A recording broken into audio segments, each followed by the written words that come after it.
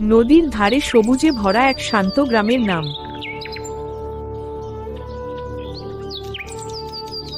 এই গ্রামে বাস করত কৃষক, গৃহবধূ, রাখাল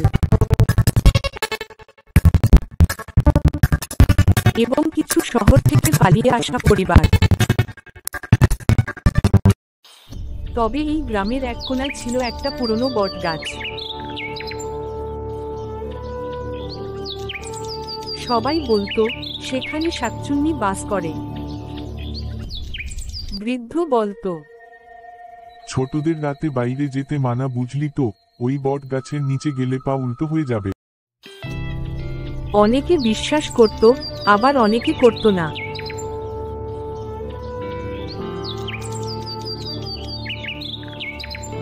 কিন্তু হঠাৎ এক রাতে ঘটে গেল এমন এক অলৌকিক ঘটনা।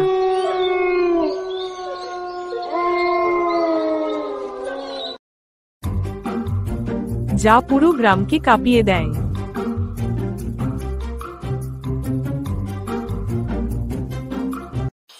কমল, গ্রামের তরুণ রাখাল ছেলে, ভয়ডর কম। মহেশ, তার বন্ধু, সবকিছুতেই কৌতূহল। তান্ত্রিক বাবা, একমাত্র জীবিত ব্যক্তি যিনি একবার শাকচুন্নিকে দেখেছেন বলে দাবি করেন। শাকচুন্নি, এক বেওয়ারি সাত্তা, রাতের আধারে বটগাছ নিচে ঘোরে। একদিন রাতে মহেশ বলল কমলকে, চল, কমল বট গাছের কাছে গিয়ে দেখি সত্যিই কিছু আছে কিনা। কমল ভয় পায় না, সে বলল, চল, আজই ফয়সালা করে আসব। দুজনেই হাতে একটা করে লণ্ঠন নিয়ে রাত 10টার দিকে চুপি চুপি বট গাছের দিকে গেল। চারপাশে ঝিঝি পোকার শব্দ, দূরে শেয়ালের হাঁক।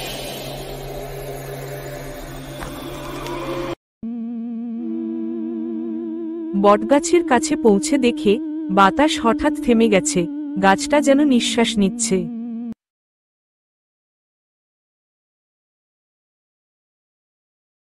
মহেশ কাপা গলায় বলল, ওই দেখ, ওই বটে গাছের নিচে সাদা কাপড় পরে কে দাঁড়িয়ে আছে?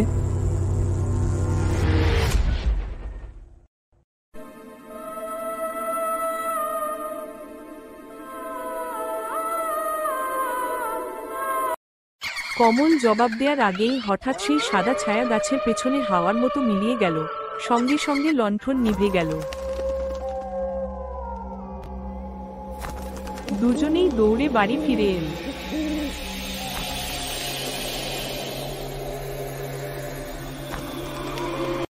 পরদিন তারা গেল তান্ত্রিক বাবার কাছে। বাবা চোখ ছোট করে বলল, তোরা গেলি? জানিস 30 বছর আগে ওই গাছের নিচে এক নববধূর মৃত্যু হয়েছিল।